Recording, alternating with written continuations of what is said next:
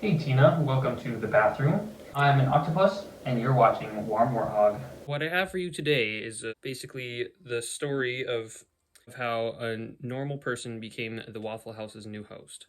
And it's a compelling story of the Waffle House. And Johnny Reeser, if you're watching this, thank you very much. And congratulations on getting so popular from this yourself. Um, let's get into it. I didn't usually go to Waffle House, but it was the only thing open, obviously. But the amount of other places that were closed was kind of spooky. I didn't live in that small a town, there was a Waffle House after all. So you'd think there would be something else open. Maybe there was, and I was just too lazy to keep looking.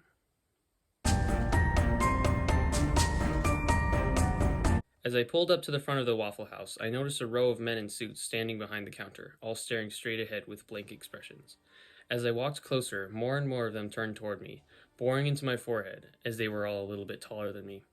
It felt like they were trying to read my thoughts. The fluorescent lights flickered on and off. I would have turned back if I weren't hungry and tired from a day of work. I tried my best to look away and noticed more of them sitting at the tables. Except there was no food, they were just staring at the tables. My hand trembled as I reached toward the door handle. Their sameness was so unnerving. But there was no way they could be real. I closed my eyes and pushed. Nothing happened. I tried pulling. Still nothing happened. Did the door say push or pull? I braced myself to see the men in suits again, and snuck a glance.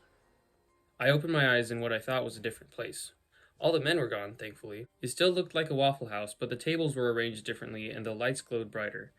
I turned around once, trying to get my bearings and figure out how I got inside without opening the door. I reached for the door I thought I'd come in through. A voice stopped me when my hand was just an inch away from the handle. Don't use that door. I spun, looking for the speaker.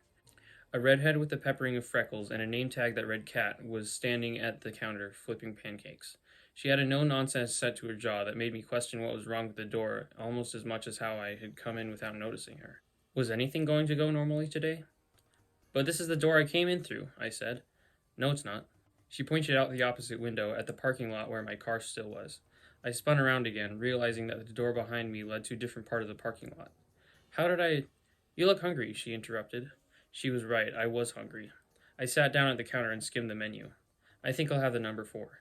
She slid the food she had been preparing towards me, like she had already known what I would order. Honestly, it wasn't the most surprising thing I'd seen in the past 5 minutes.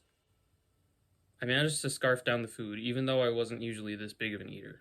I think I figured it out, I said. Figured what out? Kat said as she took my dirty plate. How I got from that door to that one. I think I fainted outside the door, sleepwalked over here, and got woken up when you started cooking. Is that so? Yeah, probably. Shouldn't you consider the fact that this Waffle House is built on a fault line? I looked at her incredulously.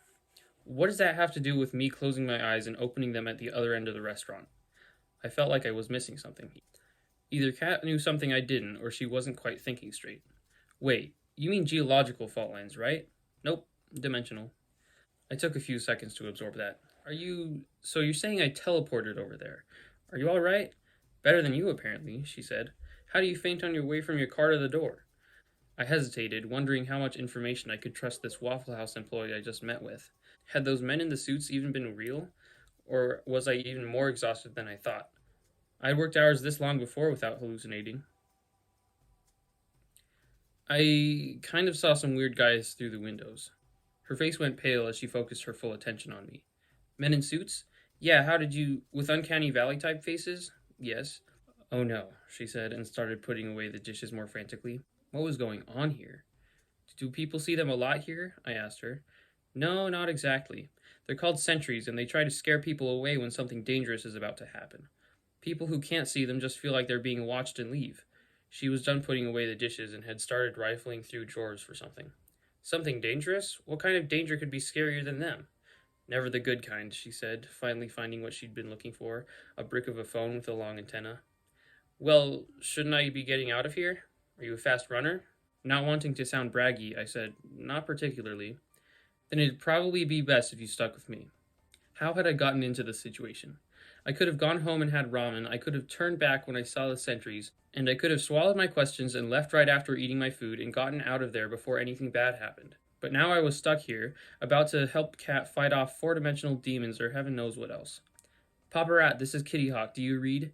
Cat had gotten the phone working. This is Papa Rat. I copy, said a man on the other end. We've got a code 5 at the Main Street location. Got it. Any loose ends? Yeah, the guy who saw the sentries stuck around after he was done with his food. All right, stand by. I'm on my way, Papa Rat said. Cat put the phone on the counter and started rifling through drawers again. I heard a crack from the door, the one Cat had told me not to use. Orange glowing fissures started to spread across it. It didn't make sense because there wasn't anything orange outside it that I could see. Did it have something to do with the fault lines Cat was talking about? Cat, the door's cracking, I said. Yeah, it does that. She tossed the crossbow to me and pulled out a handgun for herself. The weird things are what comes through, so be prepared for anything. The door made a sound like something big was trying to break through. The cracks had spread over almost all of the door. You mean you really don't know? I fiddled with the crossbow, trying to figure out how it worked. This door can be opened from almost anywhere. Sometimes even possessed animals find a way through. Possessed animals? You say that like it's not even a threat. The thing at the door hit it again, making it shake violently. At this point, it was more cracked than door. It's nothing compared to this, judging by that last hit. With the next assault, the door finally shattered, blowing both of us off our feet. After my head stopped spinning, I looked up to see a circle of demons around the now empty doorway, and behind them emerged a man with a goatee and dark glasses. Well, that's it for part 1, guys. If you enjoyed this, give it a like and subscribe, and make sure to stay hydrated.